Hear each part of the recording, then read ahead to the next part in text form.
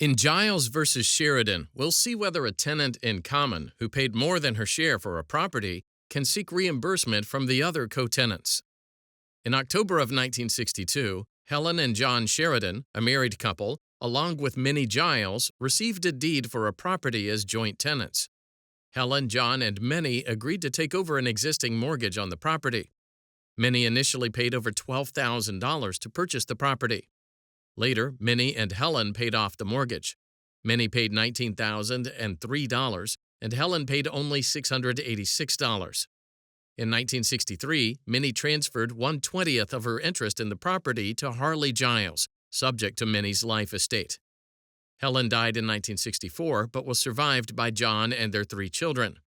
Following Helen's death, Minnie filed a partition action to define each party's share in the property.